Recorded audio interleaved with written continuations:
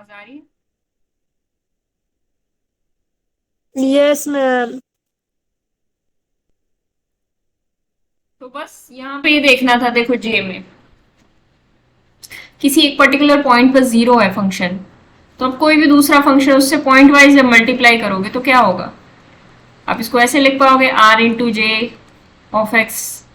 अब वो particular point पे आपको देखना है कि आर जे फंक्शन जो है, जो हमने पॉइंट वाइज मल्टीप्लाई किया है आर और जे को, क्या वो 3 पॉइंट पर जीरो आएगा? बिल्कुल आएगा, क्योंकि आप चेक कर लोगे ना इसको, R of J of three. तो आप इसको डिफरेंटली लिख पाओगे, R of three J of three. आप जानते हो कि जे जे फंक्शन आइडियल जे का था, तो ये तो जीरो देता है इस पॉइंट पे। आर ऑफ थ्री जो भी देगा, क्या फर्क पड़ता है, zero into something is always zero. तो इस तरीके से हमने देखा था कि इस टाइप के जो प्रॉपर्टी वाली रिंग्स होती है वो आइडियल्स बन जाती है। तो जे तो एक आइडियल है। क्या आई एक आइडियल है? सवाल ये उठता है, क्या आई एक आइडियल है? यस मैम, आई तो आइडियल होता है। आई आइडियल होता है? तो आपने बी ऑप्शन क्यों नहीं बनाया? होता है। अच्छा, क्यों नहीं होगा? अगर एक बाउंडेड फंक्शन ले लो, मान लो F X equal to one, hmm. एक बाउंडेड फंक्शन है। अगर एक अनबाउंडेड फंक्शन से अगर वो मल्टीप्लाई होगा F of X equal to X, तो क्या कोई भी, वो एफ ऑफ हाँ, कोई एक्स भी equal to one unbounded value है? फंक्शन ले लेते हैं, F of X is equal to X X square कुछ भी। इनकी मल्टीप्लीकेशन करेंगे तो क्या आएगा? एक अनबाउंडेड फंक्शन ही तो निकल के आएगा, यानी एक बाहर का एलिमेंट एक अंदर का एलिमेंट। मल्टीप्लाई किया तो बाहर का एलिमेंट आया, जबकि आना चाहिए था अंदर का। ठीक है, एक आइडियल का एलिमेंट एक रिंग का एलिमेंट मल्टीप्लीकेशन करके आइडियल में आना चाहिए था, बट ये तो अनबाउंडेड आ गया, तो मैम मतलब ये आंसर बाहर। तो ए होगा मैम। मैंने बी बोल दिया था गलती से, मैंने उतना ध्यान यस, से नहीं करा आंसर था। ये होगा। हाँ। J is an ideal but I is not an. Ma'am ये वाला दोबारा बताना कैसे होगा। जे वाला कैसे होगा? Yes ma'am. आइडियल चेक करने के लिए दो प्रॉपर्टीज हमें चेक करनी होती है, पर मैं एक ही चेक करके दिखा रही हूँ। जे वाला कह रहा है कि ऐसे सभी फंक्शंस का सेट है जे जो 3 पर जीरो देते हैं। ठीक है, अभी दो फंक्शन लो। आपको पहली प्रॉपर्टी तो देखो क्या प्रूव करनी होगी, एक F1 फंक्शन लेना होगा इससे, एक F2 फंक्शन लेना होगा और उनका डिफरेंस दिखाना होगा। F1 माइनस F2 किसमें बिलोंग करना चाहिए? जे में। ये आप कर लोगे? बिल्कुल सिंपल है। F1 माइनस F2 को 3 पर आप चेक करोगे तो क्या हो जाएगा? F1 of 3 minus F2 of 3। 3 पर चेक करने पर ये जीरो आ रहा है, बोलो। Yes ma'am. Zero minus zero is zero, तो ये तो जीरो आ रहा है, इसका मतलब फर्स्ट प्रॉपर्टी सेटिस्फाई हो रही है, इसका मतलब ये सब ग्रुप तो बन गया। सेकंड प्रॉपर्टी होती है आइडियल चेक करने के लिए। वो प्रॉपर्टी कहती है कि एक रिंग का एलिमेंट, मैं रिंग का कोई फंक्शन ले लेती हूँ, रिंग रिंग है हमारी सभी कॉन्टिन्यूस फंक्शंस की। फालतू में लोड कर रहा है ये, 1 मिनट, किसी कोई प्रॉब्लम भी नहीं है।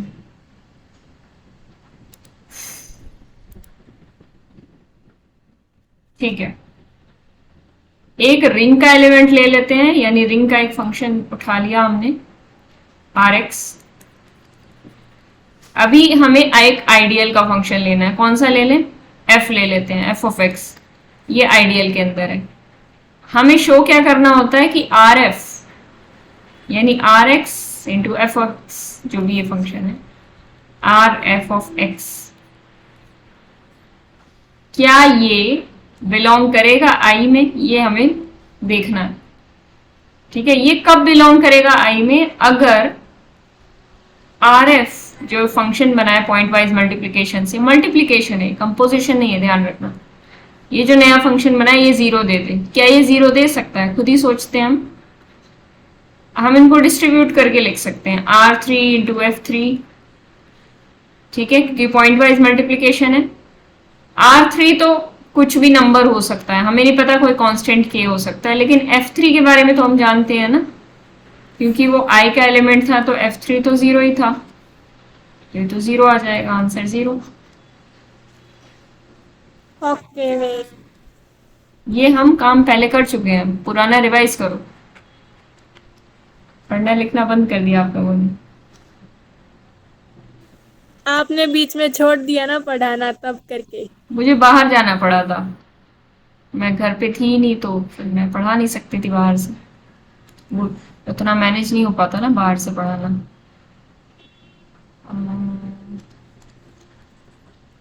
गलत ही पेन उठा लिया। चलो एक छोटा सा सवाल पूछती हूँ, कैरेक्टरिस्टिक याद होगी थोड़ी सी,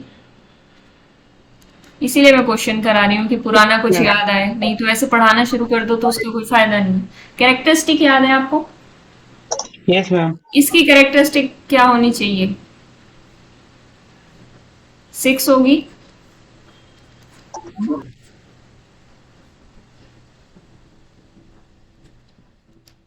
इसकी कैरेक्टरिस्टिक क्या होनी चाहिए?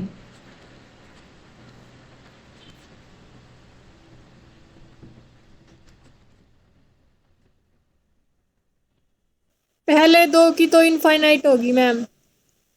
इनफाइनाइट या जीरो? ठीक है, इनफाइनाइट या जीरो, जो भी आप बोलना चाहो। ठीक है, वो मैंने ऐसे ही लिख दिया था कंफ्यूज करने के लिए आपको। अब बहुत कंफ्यूज कर दिया, मैंने सोच नहीं पा रहा था कि ऐसे 6 हो गया। मैंने गलत पढ़ा है, ये मैं सबसे सोच रहा हूँ क्या मैं गलत पढ़ा है। कॉन्फिडेंस चेक करती हूँ मैं आपका ऐसे। तो सब ठीक है मैम, मतलब इतना कॉन्फिडेंस में, मतलब आप इस तरह बोल रहे हो कि लग रहा है कि आप सच बोल रहे हैं। अच्छा, थैंक यू मतलब मेरा थैंक ही यू। कोई गलती होगा फिर। क्या करूं, मैं झूठ इतना अच्छा बोलती हूँ, टैलेंट है मेरा। बताओ थर्ड, क्या ये आईडी बनेगी? आईडी नहीं बनेगा। क्यों नहीं बनेगी? आई जो यूनिटी जो है वो नहीं आएगा ना। ये तो बन जाएगी ना।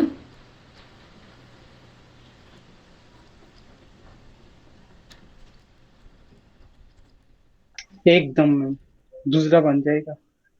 एकदम बन जाएगी। ठीक है, तो ये आईडी हो गई। ठीक है, यस मैम। हो गए मैम कंफ्यूज? थर्ड थर्ड क्यों नहीं है, रीजन बताना।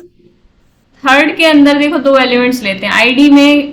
आप दो एलिमेंट्स ऐसे ले लो, 0 1 1 0, 0 1 आ जाएंगे ना। एक सेकंड, 0 इसका एलिमेंट क्या होगा? 0 ले लेते हैं इसके अंदर से, इसके अंदर से 5 ले लेते हैं। ठीक है, एक एलिमेंट और उठा लेते हैं इसी का, 3 0। ठीक है, दो एलिमेंट उठा लिए, इनके प्रोडक्ट क्या आ रही है? 0 0। तो बनी आईडी? नहीं बनी। मैम मैम 4 भी तो आईडी नहीं होगा। वो भी आईडी नहीं होगा। 4 भी आईडी नहीं होगा। आप लोग कह रहे थे होगा, तो मैंने कहा ठीक है होगा। मैंने नहीं बोला। निर्मल्या ने बोला होगा। आप सही हो, इसका मतलब मैं गलत हूँ, मान लेता हूँ। गलती हो गई मेरे से। क्रॉस प्रोडक्ट ऑफ ठीक है। 2 ideals is never an ideal. अच्छा, हमने पॉलिनोमियल रिंग भी पढ़ा था, कुछ याद हो तो? Polynomial yes ring. मैम। और हमने ये पढ़ा था कि कोई भी रिंग उठा लो, उसके आगे एक्स लगा दो तो क्या बन जाता है? वो पॉलिनोमियल रिंग। पॉलिनोमियल रिंग बन जाता है। क्यों देखा था हमने? इसके आगे एक्स लगा दो तो ये पॉलिनोमियल रिंग बन जाता है। अच्छा, लेकिन अगर किसी फील्ड के आगे, जैसे हमने क्यू के आगे एक्स लगाया, किसी फील्ड के आगे जब एक्स लगाते हैं तो वो आईडी का आईडी रहता है ना। पहले भी आईडी होती है एक फील्ड, वो आईडी ही रहती है, लेकिन क्या वो फील्ड भी रहती है? No ma'am. ठीक है, पुराना याद आ रहा है मतलब। जैसे z के आगे x लगाया तो z के पास मैक्सिमम प्रॉपर्टी क्या थी, मतलब इसकी हाईएस्ट डिग्री क्या थी? वो ग्रेजुएशन वाली, कि ये आईडी था, commutative ring with unity without zero divisors. ठीक है, ये फील्ड नहीं था, तो इसके आगे x लगाने से, यानी पॉलिनोमियल रिंग जब हम इसकी देखेंगे तो वो भी एक ज्यादा से ज्यादा एक आईडी हो सकती है, हम जानते थे। ठीक है, तो कोई भी रिंग उठा लो, कोई भी फील्ड उठा लो, उसके आगे x लगा दो तो वो फील्ड आईडी तक ही सीमित रह जाती है, क्योंकि पॉलिनोमियल रिंग कभी फील्ड नहीं बन पाता। एक रीजन उसका क्या होता है? x बिलोंग करता है उसके अंदर। ऐसा कोई भी पॉलिनोमियल नहीं है, अगर छोटे शब्दों में मैं कहूँ, ऐसा कोई भी पॉलिनोमियल नहीं है जिसका मल्टीप्लिकेटिव इनवर्स एग्जिस्ट करता है। यूजुअल एडिशन और मल्टीप्लिकेशन की यहाँ बात हो रही है। ठीक है, अनऑर्डिनरी चीजों की बात नहीं हो रही, ऑर्डिनरी चीजों की बात हो रही है। यूजुअल एडिशन और मल्टीप्लिकेशन के अंदर ऐसा कोई भी पॉलिनोमियल नहीं है जिसका मल्टीप्लिकेटिव इनवर्स एग्जिस्ट कर जाए, क्योंकि अब x का मल्टीप्लिकेटिव इनवर्स एग्जिस्ट कराने के लिए आपको एक ऐसा फंक्शन लेना होगा जो एक पॉलिनोमियल नहीं है। ठीक है, तो बात वहां पे बिगड़ जाती है। अच्छा चलो अब आगे बढ़ते हैं। फैक्टर रिंग हमने करा था लास्ट में, मुझे लगता है जाते जाते लास्ट क्लास में, है ना। फैक्टर रिंग क्या होते थे? कोई भी आर अगर रिंग है और आई उसकी कोई आइडियल है, ग्रुप में हम क्या पढ़ते थे? Factor groups. फैक्टर ग्रुप्स के लिए हमें किसकी जरूरत पड़ती थी? नॉर्मल सब ग्रुप्स की जरूरत पड़ती थी ना। Yes ma'am. और यहां पे हमें जरूरत पड़ती है आइडियल्स की। तो फैक्टर रिंग क्या होती है? फैक्टर रिंग एक ऐसा, सबसे पहले तो एक सेट डिफाइन किया जाता है फैक्टर रिंग बनाने के लिए। सबसे पहले सेट देखते हैं, आर मॉड आई जिसको हम बोलते हैं। यहाँ पे ये एक रिंग है आर और आई उसकी आइडियल है। इस रिंग की डेफिनेशन क्या होती है? इस फैक्टर रिंग को कैसे डिफाइन किया जाता है? A plus I where A belongs to ring. ठीक है, अब अच्छी बात यह है कि फैक्टर सेट नहीं है, ये फैक्टर रिंग है और इसको प्रूव भी किया जा सकता है इजीली। देखो, R mod I under usual addition and जो भी मल्टीप्लिकेशन था, रिंग का जो भी ऑपरेशन थे, उन्हीं ऑपरेशंस के अंडर ये क्या बनता है? एक रिंग बनता है। ठीक है, जैसे कि फॉर एग्जाम्पल आप जानते हो z अंडर एडिशन एक रिंग है। इसकी कोई आइडियल जानते हो क्या आप? 2z कोई भी बोल सकते हो, 2z 3z 4z 5z। अब जब इसकी हेल्प से आप बनाते हो ये वाला सेट, फैक्टर सेट, तो जब हम इसको एडिशन और मल्टीप्लिकेशन के रिस्पेक्ट में देखते हैं तो ये क्या बन जाता है? एक फैक्टर रिंग बन जाती। ठीक है, आगे जाके अभी आप देखोगे जब आप थोड़ा सा आइसोमॉर्फिज्म में जाओगे, आइसोमॉर्फिज्म में जाने के लिए आपको अगेन आइसोमॉर्फिज्म पढ़ने की जरूरत नहीं है। जैसे मैंने ग्रुप में कराया था आपको कि हम इतनी मुश्किल रिंग को पढ़ने के बजाय किसी आसान रिंग को पढ़ना पसंद करते हैं। वो आसान रिंग कैसी दिखेगी? यहाँ पे Z2 जैसी दिखेगी, अभी मैं बताऊंगी कैसे। ठीक है, हम इसको पढ़ना पसंद नहीं करेंगे, हम आसान को पढ़ना पसंद करेंगे। इसीलिए आइसोमॉर्फिज्म का इतना बड़ा रोल है एब्स्ट्रैक्ट अलजेब्रा में। आइसोमॉर्फिज्म क्या कहता है कि दो लोगों के पास सेम प्रॉपर्टीज है या दो ऐसी चीजें हैं जिनके पास सेम प्रॉपर्टीज है, तो आप सिर्फ एक को स्टडी करो।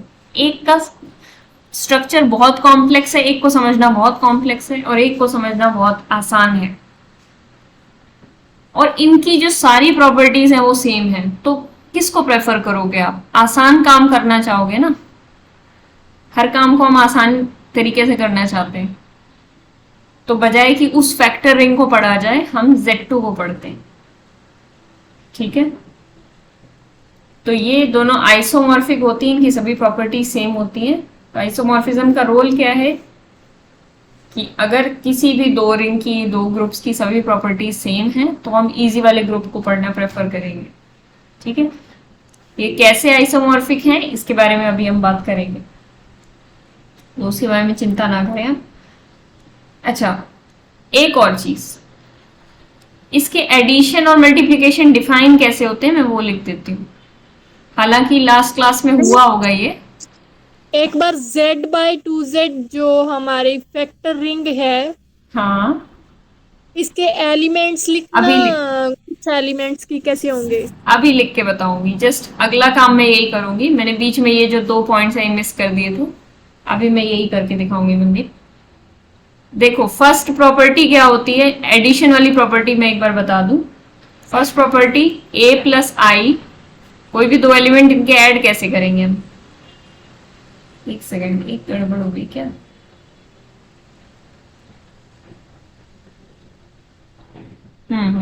ये एडिशन और मल्टीप्लिकेशन मैंने गलत लिख दिया, सॉरी। ये एडिशन इसका अलग है, मल्टीप्लिकेशन अलग है, ठीक है ना। इसकी नोटेशन मैंने ऐसे दिखा दी आपको। वो एडिशन अलग था, वहां पे दो अलग तरीके के एलिमेंट्स ऐड हो रहे थे, रिंग का एडिशन अलग था, इसका एडिशन का जो क्या बोलते हैं नोटेशन है वो अलग है। देखो कैसे एक्सप्लेन किया जाएगा इस बात को। इसकी एडिशन ये है और ये डिफाइंड कैसे है, a plus I plus B plus I. कैसे ऐड हो रहे हैं एलिमेंट्स, पहले क्या हो रहा है, ये रिंग के एलिमेंट्स ऐड हो जाते हैं, a प्लस बी प्लस आई। अंदर जो काम चल रहा है वो सिंपल एडिशन में ही काम चल रहा है, ऑर्डिनरी सारा वही एडिशन है, लेकिन जो मेन ऑपरेशन है उसको डिफाइन करने के लिए हमने ये नोटेशन यूज की है, ठीक है। दो एलिमेंट्स इस फैक्टर रिंग के अंदर कैसे ऐड हो रहे हैं उस एडिशन को शो करने के लिए हमने ये different type of addition show किया है, नथिंग मोर देन दैट, ठीक है। तो ये एडिशन उस एडिशन से अलग है क्योंकि उस एडिशन में एलिमेंट्स ऐड हो रहे थे इस तरीके से a प्लस बी करके, लेकिन इस एडिशन में फैक्टर रिंग के दो एलिमेंट्स ऐड हो रहे हैं जिसमें आइडियल एडेड है साथ में एलिमेंट के, ठीक है। तो मल्टीप्लिकेशन कैसे होगा, बिल्कुल वैसे ही होगा जैसे हम उसको पढ़ रहे थे। दो एलिमेंट उठेंगे यहाँ पे और ऐड हो जाएंगे, मल्टीप्लाई हो जाएंगे ए बी प्लस आई, ठीक है। ये जब आप करोगे तब आपके काम आएगा, जब आप प्रैक्टिकल क्वेश्चंस करोगे ना तो ये आपके ऑपरेशन काम आएंगे। मैं आगे आपको इसकी डिटेल बताती हूँ, z mod 2z की, ठीक है। इसको क्या बोला जाता है, z mod 2z। इसको क्या बोला जाता है, r mod i, ठीक है। इसको मॉड से बोला जाता, बाय बोलने के बजाय, फैक्टर बोलने की बजाय हम क्या बोलते हैं, r mod i। यहां तक क्लियर है।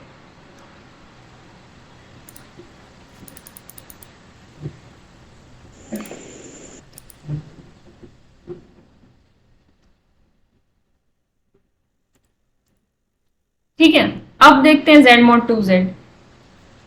अरे क्या हो गया, that was funny। अब देखते हैं z mod 2z, इसके अंदर कैसे एलिमेंट्स आएंगे। ये बड़ा इंपॉर्टेंट होता है, इसको बड़े ध्यान से देखना, ये आपके एग्जाम में जरूर जरूर जरूर काम आएगा, ठीक है। मतलब ये ऐसी चीज है कि आप पढ़ते रहोगे लास्ट तक, फैक्टर रिंग्स को ओपन करना। तो हम क्या करते हैं, a प्लस आई टाइप करते हैं, ये i क्या होता है, ये वाला आइडियल होता है। तो मैं i लिखने की बजाय यहाँ पे क्या लिखूंगी, 2z। मुझे बताते जाना, where a belongs to ring, ठीक है। अब रिंग के एलिमेंट्स उठा के एक एक करके यहाँ पे हमें रखने हैं। तो रिंग का सबसे पहला एलिमेंट सबसे बेसिक सा ले लेते हैं, 0 प्लस 2z। और ले लो, बताओ जल्दी, आगे के एलिमेंट्स बताते जाओ मुझे।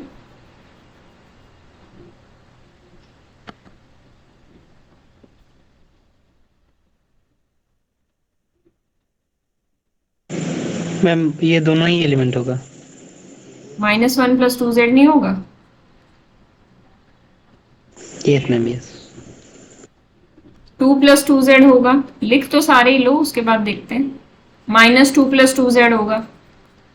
अब आप एक प्रॉपर्टी पढ़ते हो ना, कौन सी प्रॉपर्टी होती है, कोसेट की, वो वाली, a plus I is equal to I होता है if and only if a belongs to I. A belongs to I. ये कोसेट होता है ना। तो अगर हम कोसेट में ऐसा एलिमेंट ऐड कर रहे हैं जो ऑलरेडी उसके अंदर प्रेजेंट है, तो वो क्या होता है, कोसेट उसको अपने अंदर ले लेता है, ठीक है। थोड़ा बहुत कोसेट सबने ही पढ़ा होगा, कैसे होता है ये, बहुत ही सिंपल सा प्रोसेस है। आप हर एक एलिमेंट को ऐड करोगे, ए को मान लो इस i के अंदर i1, i2, i3 इस टाइप के एलिमेंट्स हैं, a को हर एक एलिमेंट से ऐड करोगे तो a तो इसी के अंदर का कोई ना कोई एलिमेंट है, i1, i2, i3 में से कोई एलिमेंट है, तो ग्रुप की प्रॉपर्टी से क्या हो जाता है, इसी में समाहित हो जाता है, क्लोजर प्रॉपर्टी, सिंपल सा लॉजिक। तो इसी प्रॉपर्टी का आप इस्तेमाल करते हैं और यही प्रॉपर्टी है जो हमेशा कोसेट निकालने में, हमारी फैक्टर निकालने में हमारी हेल्प करेगी, ठीक है मनदीप। तो बताओ कौन कौन से एलिमेंट्स आएंगे इसमें। 2z आएगा मैम। एक तो 2z आ गया, एक आ गया 1 प्लस 2z। Yes ma'am. ये 2 प्लस 2z क्या बनेगा, 2 तो उसके अंदर ऑलरेडी है, तो 2 प्लस 2z क्या हो जाएगा, 2z ही हो जाएगा। हो जाएगा। -2 भी उसके अंदर ऑलरेडी है, तो ये क्या हो जाएगा, ये भी 2z हो जाएगा। ठीक है, छोटा छोटा लिख देते हैं। एक आएगा यहाँ पे 3+2z, वो 3+2z क्या बनेगा, उसको थोड़ा सा हमें ब्रेक करना पड़ेगा। 1+2+2z। 1+2+2z। अब 2+2z तो हम जानते हैं ना, 2+2z तो 2z ही है, और 1 को ऑलरेडी मतलब एज इट इज रखो, तो 1+2z ऑलरेडी लिख चुके थे, इसलिए 3+2z को मैंने आपको बस सॉल्व करके दिखाया, आगे नहीं लिखा था, डॉट डॉट डॉट कर दिया था, क्योंकि ये 3+2z तो 1+2z ही आना है। सिमिलरली जब आप 4+2z निकालोगे वो क्या आएगा, मनदीप आप बताओ, और 5+2z क्या आएगा? मैम 4+2z तो 2z ही हो जाएगा। 2z ही हो जाएगा, क्योंकि 4 lies in 2z। Very good. 5+2z क्या आएगा? 5+2z को पहले हम 3+2z और फिर ये 1+2z के इक्वल हो जाएगा। ठीक है, अब ये बताओ -1+2z रह गया आपका, ये क्या आएगा? -1+2z। मैम ये तो 1+2z के बराबर ही होगा। हाँ, क्यों होगा? मैम इसको ऐसे लिख सकते हैं कि 1 -2z 1 -2+2z। 2 -1, सॉरी 1 नहीं -2, मैम 1 -2। तो मैं ऐसे लिख देती हूँ -2, सॉरी हाँ 1 -2 ही लिखूँ तो ठीक है, -2+2z। अब -2 तो इसी के अंदर था, तो -2+2z क्या हो जाएगा? ये तो 2z ही हो जाएगा, और ये हो गया 1+2z। तो -1+2z और कुछ नहीं है, 1+2z ही है। तो आपको यूनिक एलिमेंट्स कितने मिले? बाकी सब तो रिपीटेटिव है। यूनिक एलिमेंट्स कितने मिले? 2 मिले केवल, 2z और 1+2z। तो z mod 2z के अंदर क्या केवल 2 ही एलिमेंट्स आए?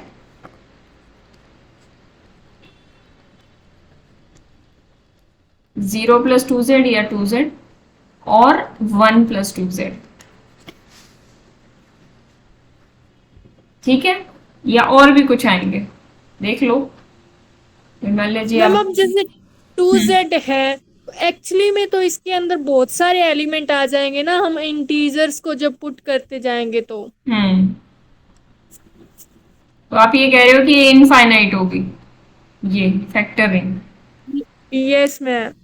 देखो फैक्टर रिंग के अंदर नंबर्स नहीं आते। सबसे पहले तो फैक्टर रिंग कैसे बनती है? कोसेट से बनती है। ये एक कोसेट, ये दूसरा कोसेट, ये तीसरा कोसेट, मतलब अगर होगा तीसरा, वैसे तो यहाँ है ही नहीं। ये फैक्टर रिंग है। सबसे पहली बात तो एक होती है रिंग सिंपल, जिसके अंदर एलिमेंट्स आते हैं R1 R2 R3, वो एलिमेंट्स नंबर से बनती है, एलिमेंट से बनती है। ये है फैक्टर रिंग, ये बनती है सेट से। एक सेट इसका एक एलिमेंट है, एक और सेट इसका एक एलिमेंट है, जिनको हम कोसेट्स कहते हैं ना, समझ रहे हो? ये इसका एक एलिमेंट है, इसको फर्क नहीं पड़ता इसके अंदर 2z के अंदर हजार लाख करोड़ इनफाइनाइट एलिमेंट्स हो, डजेंट मैटर। इसके लिए तो ये एक एलिमेंट है ना। जैसे आप अपने मम्मी पापा के लिए हमेशा बच्चे रहोगे, उस टाइप से। चाहे आप 50 साल के भी हो जाओ तब भी आप उनके बच्चे रहोगे, ठीक है? तो आपको फैक्टर रिंग समझ में आ गया है, कुछ कुछ डिफाइन करने का आइडिया भी समझ में आ गया है। बताओ यहां तक कोई डाउट हो? No ma'am. निर्माल्या जी आप क्या कर रहे हैं? देख रहा हूँ मैम। अच्छा, ऑब्जर्व कर रहे हैं। कुछ कमी हो तो हम बताएं हैं। तो लेट गया मैम।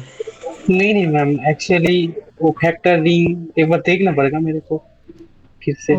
देखना पड़ेगा तो देखने लायक बचा क्या? सब कुछ मैंने बता दिया, डेफिनेशन से लेकर सब कुछ। कहीं डाउट है तो पूछो, इसीलिए मैंने शुरुआत से बताया।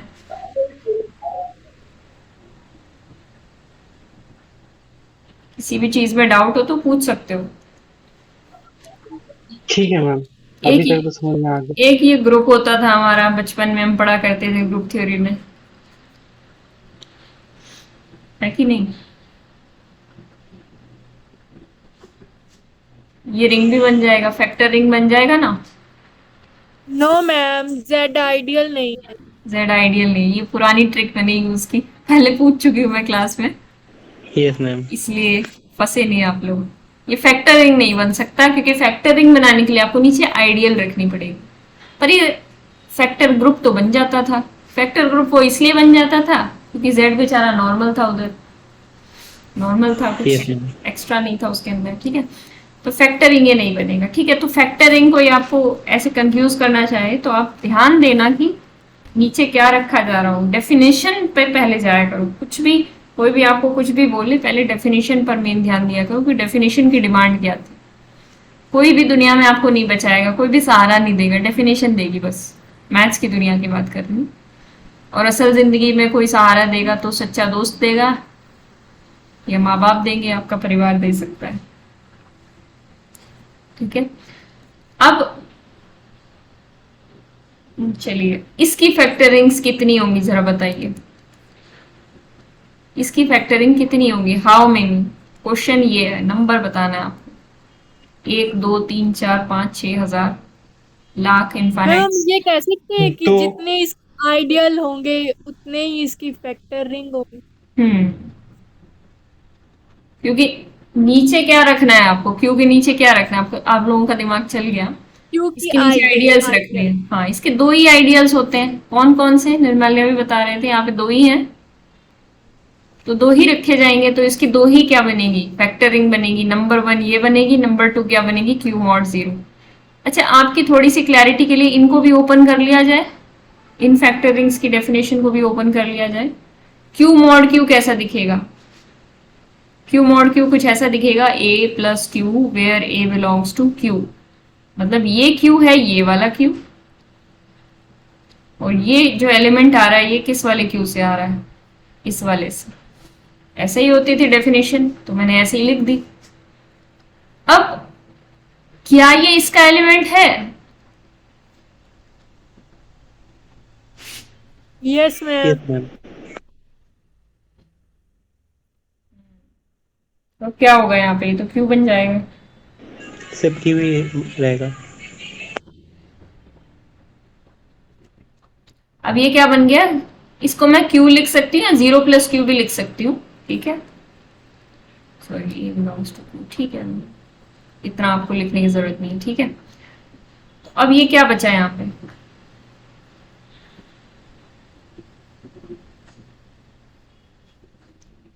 क्या ये क्यू मॉड क्यू क्यू के बराबर आ गया।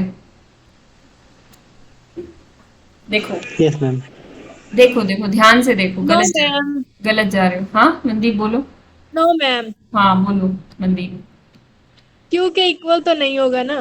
क्यों नहीं होगा, क्यू मॉड क्यू किसका सेट है, इस सेट के अंदर कैसे एलिमेंट्स हैं क्यू मॉड क्यू के अंदर। इसमें मैम कोसेट्स हैं हमारे पास। हाँ, इसमें हमारे Yes, पास yes. कोसेट्स हैं। ऑपरेशन क्या ऑपरेशन ये, भी रिंग हाँ हाँ, ऑपरेशन भी रिंग वाला नहीं है। भी रिंग वाला नहीं है। हाँ, ऑपरेशन भी हमें पता है कैसे डिफाइन करना है, हम लिख भी लेते हैं यहाँ पे, ठीक है। ये देखो, ये सेट ये बनेगा, यहीं पे ब्रैकेट क्लोज करो और देखो ये सेट ये बनेगा। अब इसको कोसेट की तरह देखो, क्यू की तरह सेट की तरह मत देखो, ये एक कोसेट है। यहीं पे थोड़ा सा कंफ्यूजन हो जाता है नॉर्मली, बट ये एक कोसेट आया, यानी कि इसके अंदर सिर्फ एक एलिमेंट आया है। इसको मैं ऐसे क्यू करके भी लिख सकती हूँ, मतलब ये इसकी आइडेंटिटी है। अच्छा, मैं आइडेंटिटी मेंशन करना भी भूल गई आपको, पर कोई प्रॉब्लम नहीं है। आइडेंटिटी पता है ना आपको फैक्टर रिंग्स की कैसी होती है। जैसे कि यहाँ पे मैंने जो एग्जांपल बताया था उसकी आइडेंटिटी देखो जरा निर्मल्या, इसकी आइडेंटिटी क्या होगी, z mod 2z को अभी हमने ओपन किया था, कहाँ चला गया, ये रहा। इसकी आइडेंटिटी इन दोनों में से कोई एक मेंबर है। चलो मैं थोड़े से ऑपरेशन करके दिखा देती हूँ, ये तो मैं भूल ही गई कि मैं यहाँ पे कुछ ऑपरेशन भी आपको करके दिखा सकती थी। और मुझे ये भी बताना था, अच्छा ये भी भूल गई कि मैं इसको Z2 के आइसोमॉर्फिक आपको दिखाऊं। देखो ये एक एलिमेंट है और ये एक एलिमेंट है। ये एलिमेंट को बोला जाता है आइडेंटिटी एलिमेंट। क्यों बोला जाता है, क्योंकि जब हम इस एलिमेंट का ऑर्डर चेक करते हैं तो इस एलिमेंट का ऑर्डर आता है 1। क्यों आता है 1, क्योंकि ये खुद इसकी आइडेंटिटी है। यानी R mod I की आइडेंटिटी कैसी दिखती है, इसकी आइडेंटिटी कैसी दिखेगी, I जैसी या फिर 0 प्लस I जैसी। क्या ये बात क्लियर है, ये इसकी आइडेंटिटी होती है। जो भी नीचे रखा जाएगा ना वो उसकी आइडेंटिटी होगी, ठीक है। यहाँ पे थोड़ी सी दुनिया अलग है जब आप फैक्टरिंग कर रहे हो, लेकिन वो दुनिया ज्यादा अलग नहीं है। अभी मैं आपको बताती हूँ कि आइडेंटिटी क्यों है, अभी आपको लॉजिक भी समझ में आ जाएगा। जब आप 1+2z को देखते हो तो 1+2z को जब आप 1+2z में ऐड करोगे, क्योंकि मैं ऑर्डर चेक करना चाहती हूँ, तो ऑर्डर चेक करने के लिए मुझे वापस इसका इसी में ऐड करके देखना पड़ेगा, यानी कि इसकी पावर 2 करके देखी मैंने तो क्या आ गया।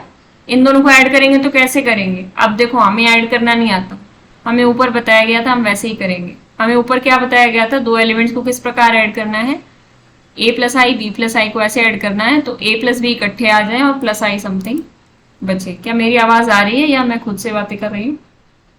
आ रही है मैम। ठीक है, मुझे लगा आ रही कि है मैम। कनेक्शन तो नहीं लॉस्ट हो गया। तो 1+1 आपस में ऐड हो जाए, प्लस अलग से हम 2z लिख दें, ये होगा मीनिंग इसका। तो 2+2z ये आएगा। अब 2+2z के बारे में आप जानते हो कि ये 0+2z भी मैं लिख सकती हूँ, और अगर मैं 2z भी लिख दूंगी तो भी कोई मुझे कुछ बोलने वाला नहीं है, बोथ आर अलाउड। तो यानी कि जब हमने इसका ऑर्डर चेक किया 1+2z का तो क्या आया, 2z आया, मतलब 2 आया ऑर्डर, क्योंकि ये तो आइडेंटिटी थी ना।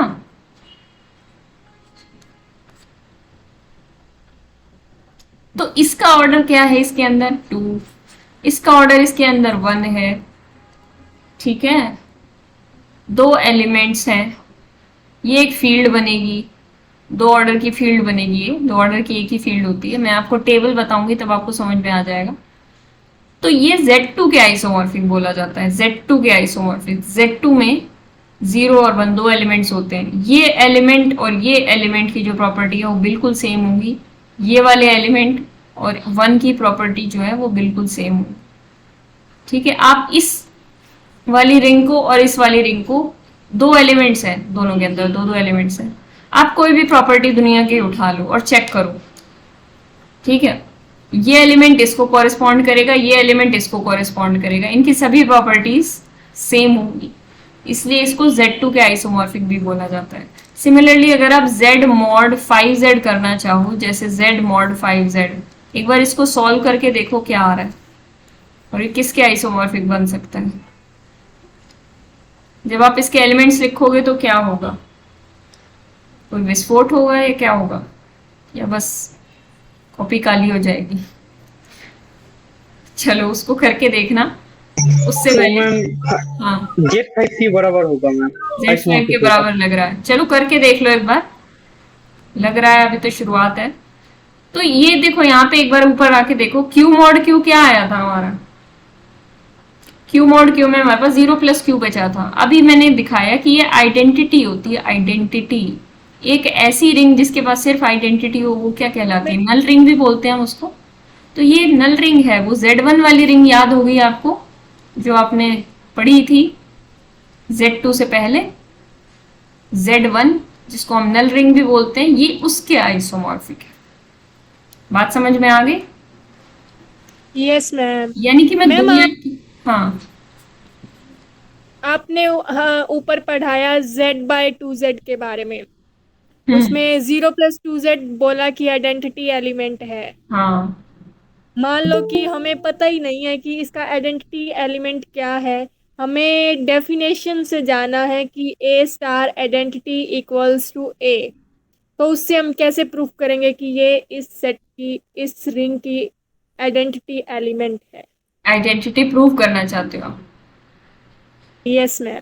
ठीक है, ये होमवर्क लो अपना, ये बहुत आसान है प्रूव करना, होमवर्क लो और कल क्लास में आते ही मुझे इसका जवाब देना। अगर जवाब नहीं मिलता है तो फिर मैं इसका जवाब दूंगी आपको, ठीक है।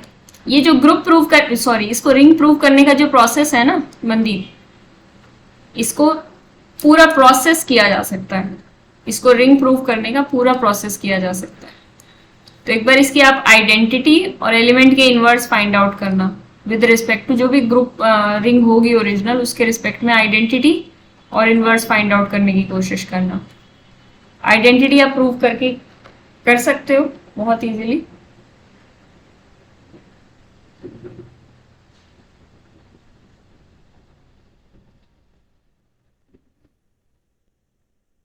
अभी कर सकते हो, ऐसे सेकंडों में अगर करना चाहो तो। ये यूजुअल एडिशन है, ये ध्यान रखना, रिंग का एडिशन है ये। अभी कर सकते हो सेकेंडों में, मैं बता रही हूँ। किसी का हो जाए तो वो शेयर भी कर सकता है, नहीं तो होमवर्क ले लो, ठीक है ना।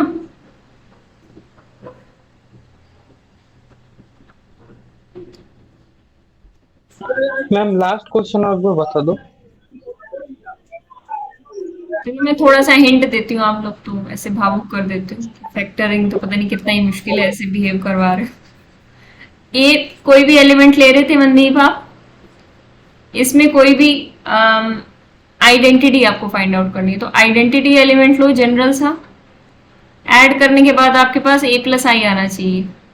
क्या अब आप कर सकते हो इसको आगे, इधर एडिशन लगा सकते हो? Yes ma'am. यस मैम ना, तो बस कर लो यहाँ से कंपैरिजन। a plus Yes.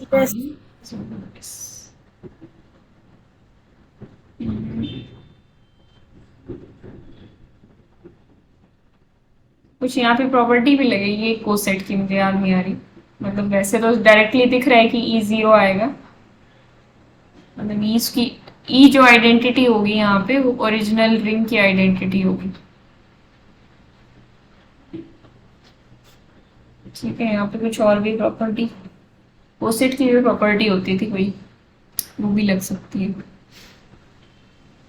मतलब जो भी आइडेंटिटी बनती है, इन शॉर्ट मेरे कहने का मतलब है कि कहाँ गया, आर मॉड आई की जो आइडेंटिटी होगी वो कुछ इस प्रकार होगी, ई प्लस आई, जहां पे ये किसकी आइडेंटिटी होगी, E is the identity of ring R, हाँ रिंग आर, ठीक है। और आई किसकी आइडियल है, I is an ideal of R, तो ई प्लस आई किसकी आइडेंटिटी है, identity of R mod I, ठीक है। तो बहुत ही गहरा रिलेशन है इनके बीच में, ओके। आज के बाद कोई भी आइडेंटिटी निकालनी हो तो डायरेक्ट रिंग की आइडेंटिटी रखो और प्लस आई कर दो उसमें, ठीक है। जैसे कि यहाँ पे है, यहाँ पे आपको आइडेंटिटी निकालनी है तो क्यू की आइडेंटिटी 0 होती है, 0 प्लस क्यू कर दो, बन गई।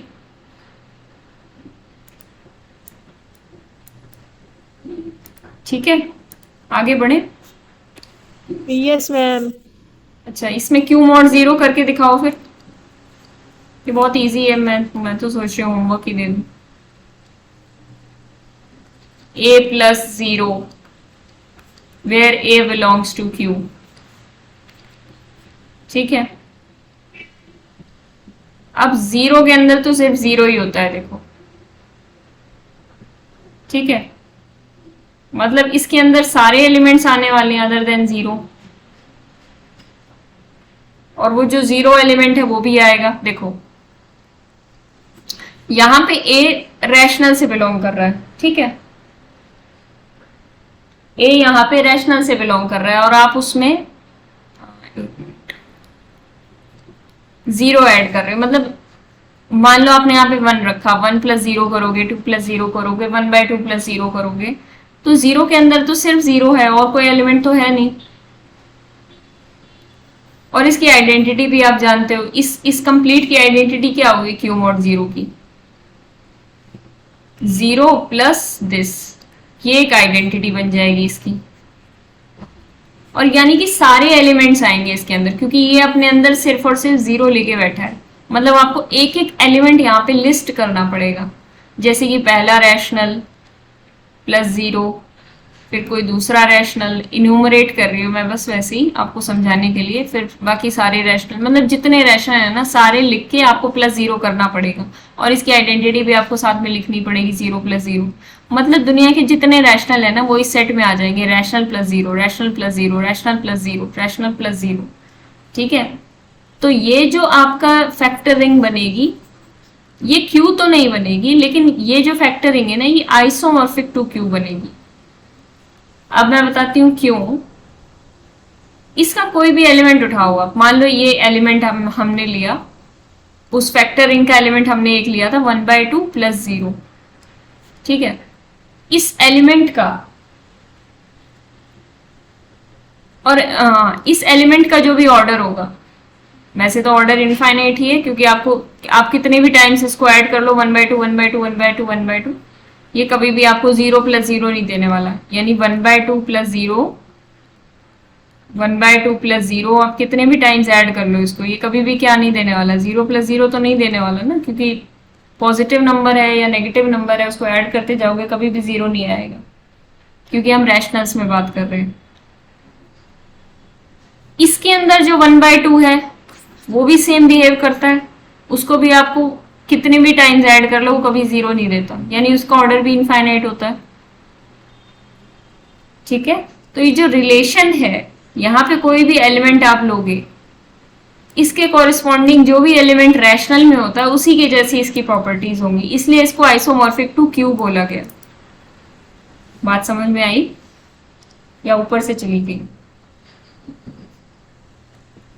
कुछ कुछ मैम। कुछ कुछ, जैसे कि एग्जाम्पल के तौर पे हम 3 एलिमेंट्स ले सकते हैं। 1 + 0 एक एलिमेंट ले लिया, 2 + 0 ले लिया एक एलिमेंट, एक -1/3 + 0। मेरे कहने का जो तात्पर्य है वो ये है कि Q mod 0 के एलिमेंट्स तो कुछ इस तरीके से दिखते हैं और जो Q के एलिमेंट्स है वो कुछ इस तरीके से दिखते हैं, 1 2 -1/3। ठीक है, इसको मैं थोड़ा सा और अच्छे से इलेबोरेट कराऊंगी जब मैं थोड़ा आइसोमॉर्फिज्म कराऊंगी, लेकिन अभी जो समझने की वाली बात है वो ये समझ लो कि ये जो एलिमेंट है ना वो इसको कॉरेस्पॉन्ड कर रहा है। कॉरेस्पॉन्ड करने का क्या मतलब ये दोनों आइसोमॉर्फिक हम बोल रहे हैं, रिंग आइसोमॉर्फिज्म है इनके बीच में, रिंग आइसोमॉर्फिज्म। रिंग आइसोमॉर्फिज्म को ऐसे डिनोट करते हैं, Q mod 0 is ring isomorphic to Q, ऊपर R लगा देते हैं। रिंग आइसोमॉर्फिज्म है मतलब ऊपर वाला एलिमेंट नीचे वाले 1 को कॉरेस्पॉन्ड कर रहा है, बस इतनी बात ध्यान में रखो, क्योंकि उसकी प्रॉपर्टीज जो हैं वो नीचे वाले के साथ सेम है, सिमिलर है। ठीक है, बाकी जब हम फर्दर इसको पढ़ेंगे तो अच्छे से इसको इलेबोरेट करेंगे। जब आप होमोमॉर्फिज्म कर लोगे तब आपको ये बात समझ में आएगी। ठीक है, तब हम मैप्स वगैरह डिफाइन करके शो करेंगे कि इनके बीच में आइसोमॉर्फिज्म है। अभी के लिए आपको एक जनरल आइडिया क्या मिला? बहुत ज्यादा जितना मैंने समझाया है सिर्फ उतना। Yes ma'am. ठीक है, उससे ज्यादा की मैं डिमांड नहीं कर रही हूँ, जितना मैंने समझाया है उतना ही। अब अगर मैं यहाँ जनरली पर बात करूँ ना, हाँ बोलो। अब जहाँ पर ऐसे 0 हमारी आइडियल थी, उसमें एक ही एलिमेंट है 0, तो इसको हाँ, हम निग्लेक्ट नहीं कर सकते कि ये क्यों ही बन जाएगा। नहीं, निग्लेक्ट तो बिल्कुल नहीं कर सकते, ये चीज अलग है। 1 + 0 ये एक कोसेट है, एक सेट में आप एलिमेंट ऐड कर रहे हो, ये एलिमेंट अलग है 1। आप उस सेट को कंप्लीटली नेग्लेक्ट नहीं कर सकते ना, वो 5 थोड़ी है जो नेग्लेक्ट कर देंगे उसको। 5 की भी अपनी वैल्यू होती है, बताओ उसको तो कैसे नेग्लेक्ट करें। जब आप कोसेट करते हो तो क्या करते हो, एक एक करके एलिमेंट्स इसके अंदर ऐड करते जाते हो ना। जैसे 1 + 0 करोगे तो क्या होगा, इस सेट के अंदर जो एलिमेंट्स हैं वो इससे ऐड हो जाएंगे, तो जनरली क्या होगा, ये हो जाएगा ये। एक क्वेश्चन है मैम। हाँ बोलो। मैम क्यू हमने पूछा था क्वेश्चन में कि क्यू के पास कितने maximal ideal sorry ideal ideal होगा, फैक्टर रिंग कितने सॉरी होंगे? फैक्टरिंग होगा, हम्म क्या बोल रहा हूँ। तो हमने जवाब दी कि 2, हम्म पर यहाँ पे तो मैम हमने देखा कि जो क्यू मॉड 0 और क्यू मॉड क्यू जो है वो दोनों ही क्यू ही बना रही है। नहीं, हमने ये नहीं देखा। हमने क्या देखा, Q mod Q क्या बना रहा है, Z1। भूल गया, Q mod के अंदर एक ही एलिमेंट आया था, एक ही कोसेट आया था ना, वो हमने ये बोला कि ये नल रिंग बना रहा है। देखो इधर दिख रहा है, उसको एक बार मतलब दिखा दीजिए, मतलब वो समझ में नहीं आया क्यू मॉड दूसरा क्यू कैसे दूसरा वाला सबको क्लियर हुआ? Q mod 0 Q के आइसोमॉर्फिक हाँ बोल वो रहे तो हैं, एकदम इजी हो गया। क्यू मॉड क्यू में देखो हमने कैसे डेफिनेशन लिखी थी, A plus Q where A belongs to Q. पहला जो एलिमेंट ए था वो ऊपर वाले क्यू से आ रहा था, और ये जो प्लस में क्यू लिखा था ये नीचे वाला क्यू था, जैसे हम करते हैं डेफिनेशन में। फिर ए एलिमेंट क्यू का था और उसमें क्यू ऐड हो रहा था, तो हमने प्रॉपर्टी कौन सी यूज की, A plus I is equal to I, A plus I is equal to I if and only if A belongs to I, वो वाली प्रॉपर्टी जो होती है आप कुछ लिख रहे हो? मैं नहीं, मैं बोल रही हूँ, लिख देती हूँ, A plus I is equal to I if and only if A belongs to I. ये वाली जो प्रॉपर्टी होती है इसी को यूज करते हुए हमने क्या कहा कि ए प्लस क्यू क्या आ जाएगा, ए प्लस क्यू क्या बन जाएगा, क्यू ही बन जाएगा, या जीरो प्लस क्यू लिख सकते हैं हम इसको, जैसे कि हमने यहाँ पे लिखा था। तो ए प्लस क्यू को हमने क्या लिख दिया था, ए प्लस क्यू को हमने लिख दिया क्यू, या जीरो प्लस क्यू में लिख देती हूँ। अच्छा, अब ये एलिमेंट आया, ये सेट है, सेट का एलिमेंट है, सेट का एलिमेंट एक सेट नहीं है, सेट के अंदर एक, हाँ सेट के अंदर एक सेट पड़ा है, उसको हम कोसेट बोलते हैं। सेट के अंदर कितने एलिमेंट है ये बताओ, ये जो सेट मैंने ब्रेसेस लगाई हैं इस सेट के अंदर कितने एलिमेंट्स हैं? इसमें तो एक ही एलिमेंट है। एक ही एलिमेंट है, क्योंकि हम फैक्टर रिंग की बात कर रहे हैं। फैक्टर रिंग के एलिमेंट्स कैसे होते हैं, कोसेट टाइप के होते हैं। कोसेट इसके अंदर केवल एक पड़ा है, ओनली वन एलिमेंट, और ये इस एलिमेंट का ऑर्डर क्या है, फिर मैंने आपसे पूछा था, फिर मैंने आपको बताया था इसका ऑर्डर क्या है। इसका ऑर्डर क्या है, order of zero plus Q, ये खुद ही आइडेंटिटी है तो इसका ऑर्डर ऑब्वियसली वन है ना। फिर हमने ये भी देख लिया कैसे आइडेंटिटी होता है, मनदीप ने इस पे पूछा था पूरा, ये आइडेंटिटी कैसे होगा, ये क्या करेंगे, ठीक है। तो यानी कि आइडेंटिटी एलिमेंट है, इसीलिए मैंने इसको जीरो Z1 से कंपेयर किया। इक्वल टू नहीं आएगा, आइसोमॉर्फिक आएगा, रिंग आइसोमॉर्फिक, ठीक है। नहीं तो आप लिखने को ये भी लिख सकते हो, रिंग आइसोमॉर्फिज्म लिखो ना लिखो आपकी मर्जी है। आपको समझाने के लिए, क्लियर पिक्चर देने के लिए भाई यहाँ पे Z1 की आइसोमॉर्फिक बता दिया। तो इसके अंदर एक ही एलिमेंट आया, ये नल रिंग बनेगी, नल रिंग की आइसोमॉर्फिक होगी, ठीक है। दुनिया में कोई भी रिंग उठा लो, अगर उसके अंदर एक एलिमेंट है तो वो Z1 के ही आइसोमॉर्फिक होगी। अच्छी बात ये है, आपको 50 तरीके की रिंग या 100 तरीके की रिंग पढ़ने की जरूरत नहीं है, वन ऑर्डर की एक ही रिंग होती है, ठीक है। कितने ऑर्डर की कितनी रिंग्स होती हैं वो सब बातें मैं जब टेबल बताऊंगी ना तब करूंगी। और आज के लिए मुझे लगता है यहीं पे हमें रोकना पड़ेगा। बताओ मैम, हाँ मैम, समझ में आ गई। बोलो मनदीप। हम ये बोल सकते हैं कि जो फाइनाइट फैक्टर रिंग होगी वो हमेशा Zn की आइसोमॉर्फिक होगी। फाइनाइट फैक्टर रिंग, नहीं ऐसा नहीं बोल सकते, उसके एग्जांपल्स भी मैं आपको बताऊंगी कल। वैसे मैं एक एग्जांपल बताऊं तो एक रिंग होती है आपके पास Z5, ये वाली भी रिंग होती है 5Z25, ये मैंने बता भी रखी है शायद आपको। इसके एलिमेंट्स कैसे होते हैं, पहला एलिमेंट 5 इंटू 0 होता है, दूसरा एलिमेंट 5 इंटू 1, तीसरा 5 इंटू 2, 5 इंटू 3, 5 इंटू 4, 5 इंटू 5, ऐसे चलते जाते हैं इसके। ये क्या था, 0, 5, 10, 15, 20, नेक्स्ट आएगा 25। ये मॉड्यूलो होती है,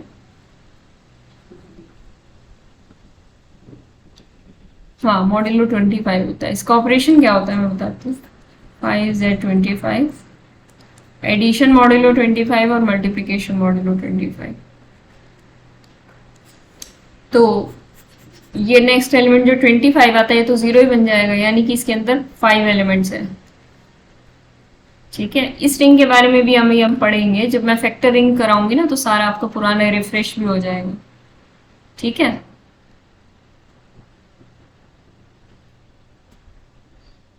पल्ले पे आ गया कि नहीं? यस आ मैम। गया।